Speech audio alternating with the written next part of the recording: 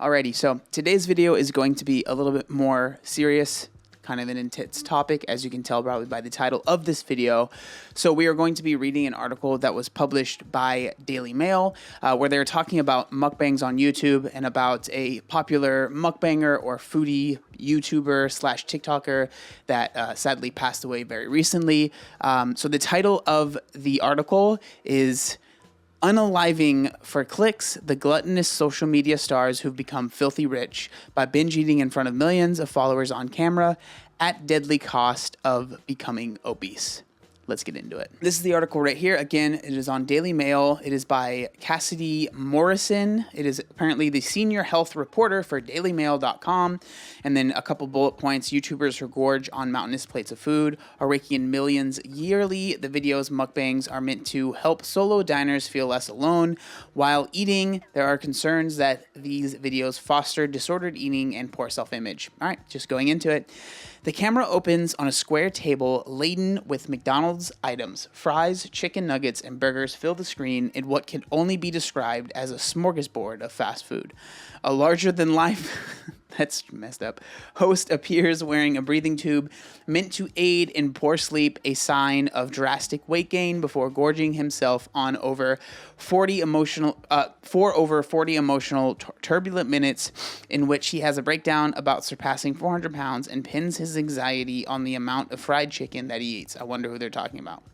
Nicholas Perry, better known as Nikocado Avocado, to his 3.5 million YouTube followers, is an internet sensation from Pennsylvania who has become a multi-millionaire by filming himself binge eating ungodly amounts of food and documenting his weight gain journey.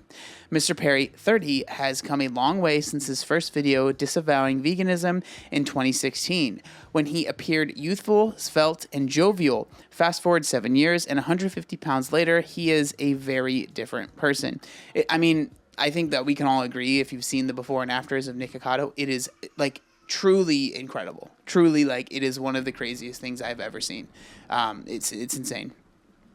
Here is this caption under this photo. It says, Nikocado Avocado has filmed himself eating thousands of calories of fast food in popular mukbang videos. In several, he is wearing a breathing mask meant to help extremely overweight people sleep through the night without snoring. Again, like, this is something for the thumbnail. This is something that gets him clicks, right? And so, I don't know. It's like most people aren't just wearing that day to day, right? But regardless. And again, like, this before and after, right? So that's now, and then that's before. It's pretty gnarly, right? He started out in 2016 with mukbangs of a different nature, more tame serving sizes, oftentimes accompanied with his pet parrot. Nicholas Perry, 30, has become wildly popular online in part of his explosive behavior for the camera. Yeah, I mean, I think that's one thing that's very, very important that I think people, they don't realize, but, like, the fact is that Nick is an entertainer, and he's like, regardless of if you think he's funny or not, there are a lot of people that think he's funny and they enjoy watching him regardless of how big he is. I really do think that he would have people that watched him just because he obviously is entertaining to certain people, right? I think that's something that would be hard to argue against. But regardless, Mr. Perry, who started out a devout vegan, has grown increasingly extreme and eccentric over his career as an internet personality. While he began filming himself consuming hefty portions of ramen or a stack of pancakes at IHOP in 2017, he now often eats in excess of 10,000 calories in front of the camera in videos with such titles as I Hate Myself, Goodbye YouTube, and Life, and celebrating our 700-pound milestone. Yeah, he's definitely over the top. But it's not only the volume of food Mr. Perry consumes that has changed. His behavior has also become increasingly erratic. In one video entitled Nobody Likes Me, I'm Done, he is seen sobbing while shaving his hair in front of a plate of eggs. Again, it's like I always say with Nick, I think it's more akin to like professional wrestling where it's all scripted, right? Sorry, if you don't know that, professional wrestling is all scripted. I'm sorry.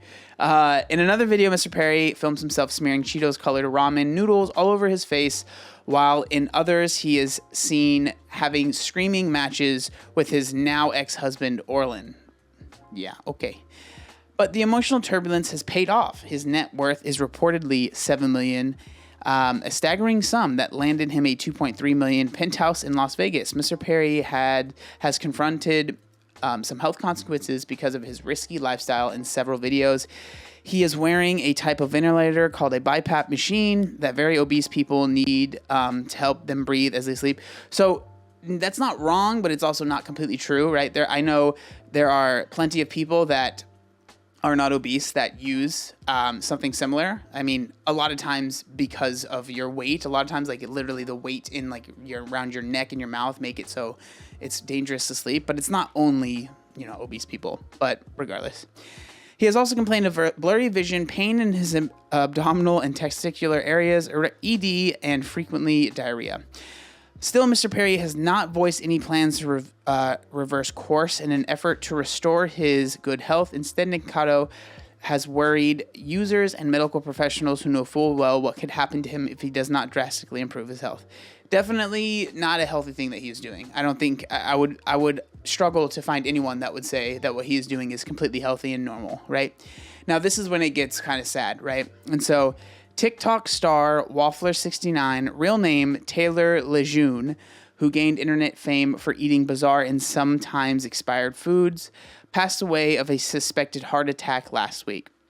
So this is his TikTok right here. This is his most recent one, which was posted on the 10th, and I believe it was later that day that he passed away.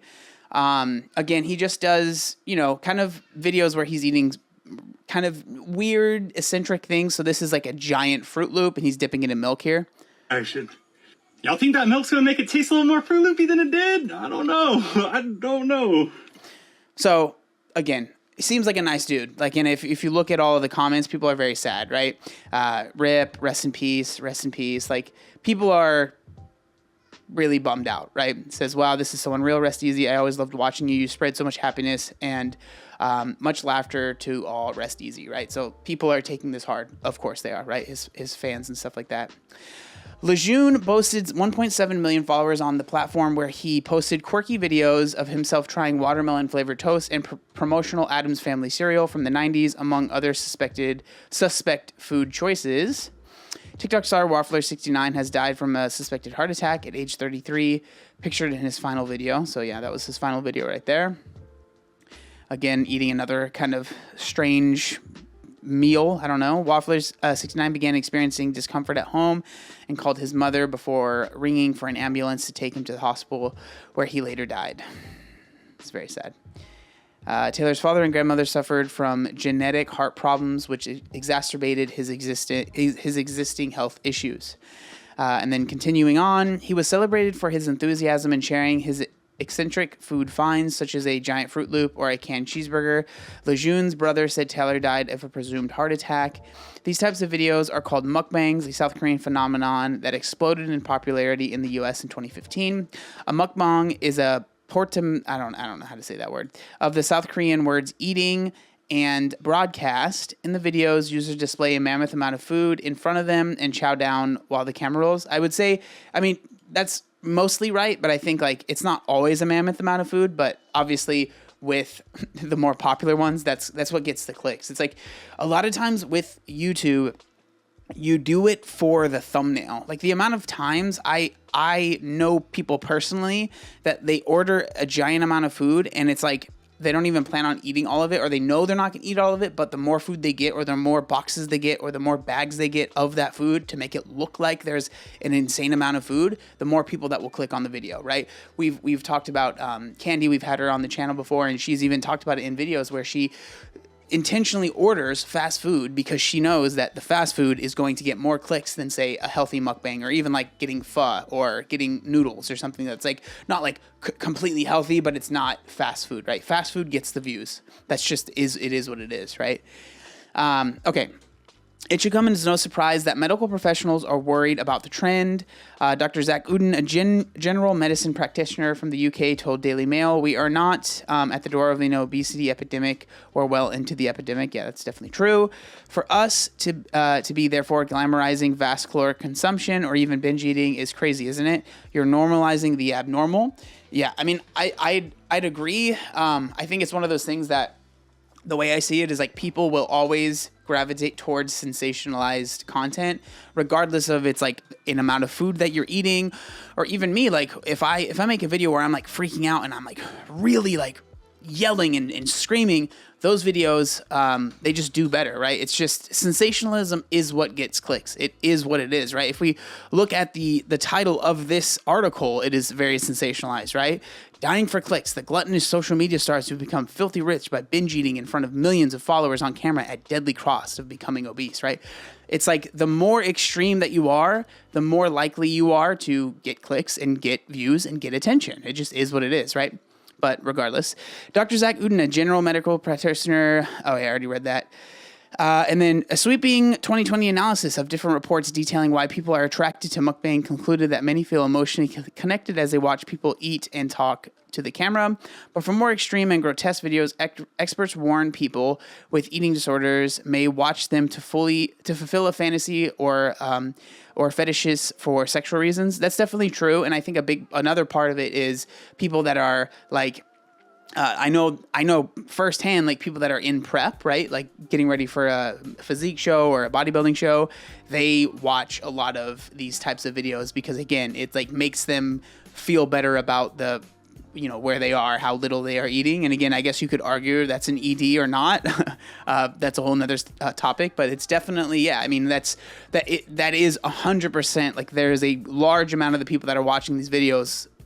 When you're food focused, the amount of like someone that is food focused usually has some sort of quote unquote issue, right? We've talked about it before, but even like a lot of people that are nutritionists or dietitians, they became those things because they were food focused at one point, and they still might be, right? They might have had an ED or still might have one, and so it just is what it is, right? Dr. Andrew Harris, a psychologist at Nottingham Trent University and co-author of the 2020 analysis, told Daily Mail, "It's easy to see how this trend of watching others eat can move west when we consider that there is arguably nothing more relatable than food consumption and a love of food. Mukbang, therefore, transcends culture."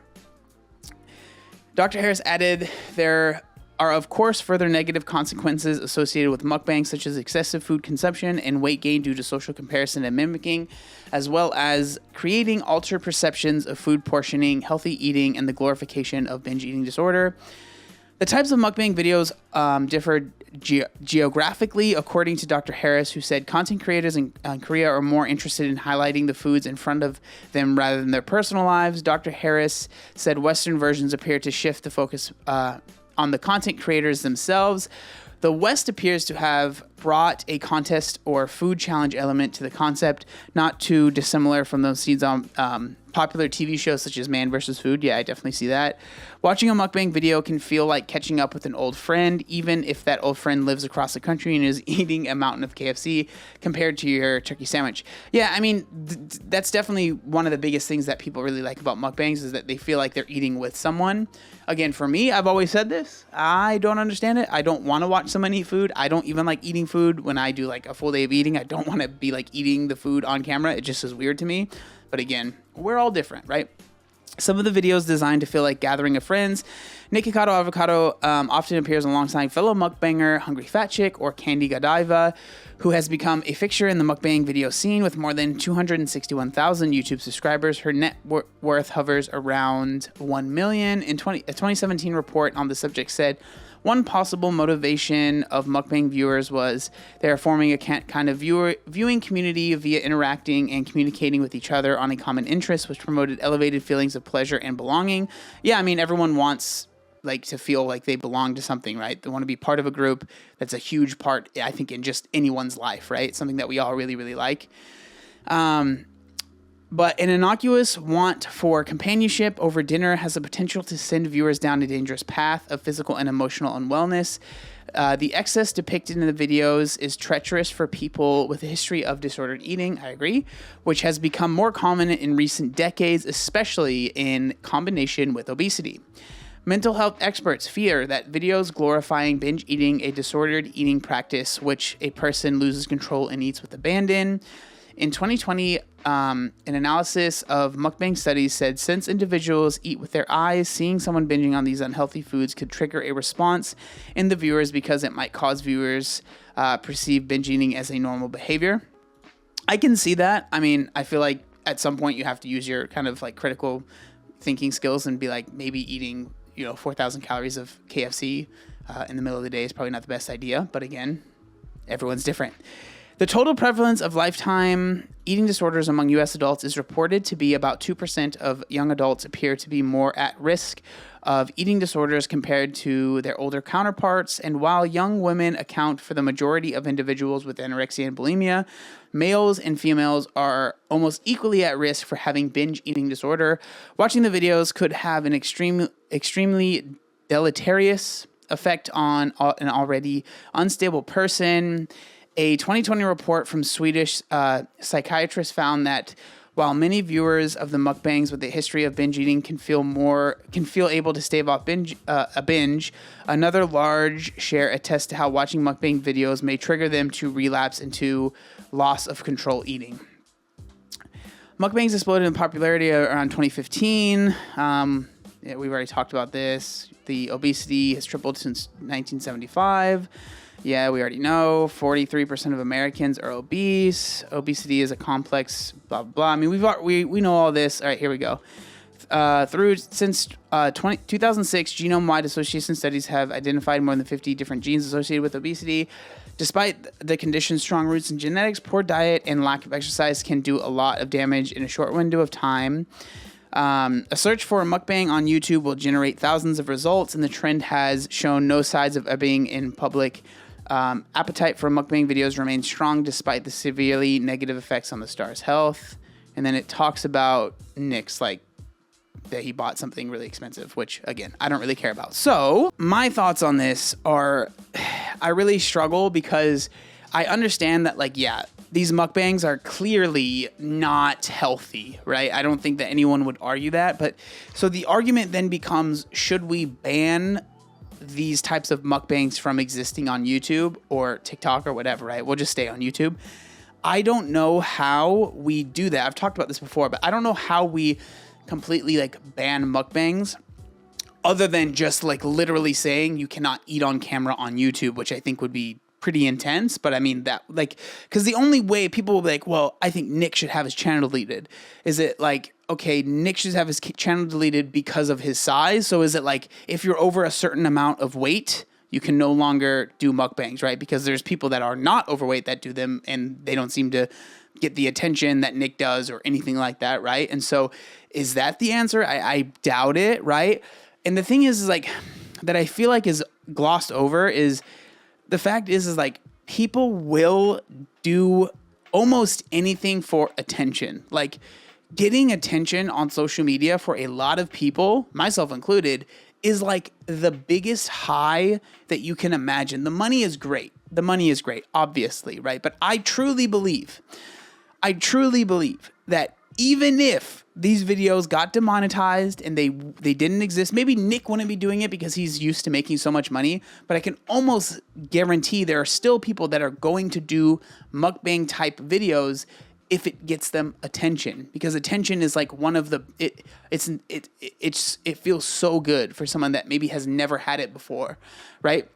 We've talked about Candy. We've had her on the channel, and she's talked about how like these videos literally changed her life, right? It really made it so she was able to provide for herself. And so like, I'm in a position where it's like, yeah, I don't think that it's obviously the best thing for a single person to be doing, but if it's helped someone get out of a bad spot, like, I think that we should say you're not allowed to do this because this has the potential to hurt people, because where does that line end, right? Because like there are people that make like weight loss videos that I think absolutely have the potential to hurt people. Should we say you can't make weight loss videos? You can't make like diet videos? You can't make, like bodybuilding videos where you're cutting extremely, extremely hard to get ready for a competition and, showing that you're only eating 1,000 calories a day or 1,200 calories a day. Like, where is the line? I just think that it's one of those things that it's really easy to say, oh, we just need to ban those. We just need to stop that. It's like, okay, I understand where you're coming from. And I'm not saying that I disagree. And I'm not saying that it's like, we should just let it happen and, let these things play out. But at the end of the day, you also have to understand that the person that's watching, like they talked about how like it has the potential to trigger someone that has an ED, right? At what point do you tell that person like, well, then you probably shouldn't watch that video, right? Like it's a really hard kind of line to play and to find out where it is. Like, at what point do you say like, you can't make this video because it has the potential to harm. I don't know. I really don't have the answer. But I just wanted to share that. I think it is really sad. And I really hope that the conversation doesn't turn into, well, he deserved to pass away, because I think that that's horrible. I definitely don't think that that's the case at all. I think that he found a niche and he was excited to get attention, and that sounds like a negative, but like I get it. I'm the same way, right? And like I'm sure I don't know how much getting that attention really changed his life. Maybe it was a huge thing for him, and it really did help him change his life. Like I understand that, right? And I understand not wanting to just give that up. And so I genuinely do feel bad for the person that passed, and I hope that, hopefully that the family's okay and they're doing all right. But I just wanted to share this because it's something that people have been asking me to talk about, but I'm kind of curious to hear what you guys think. Again, rest in peace. And, I'll see you guys next time. Peace.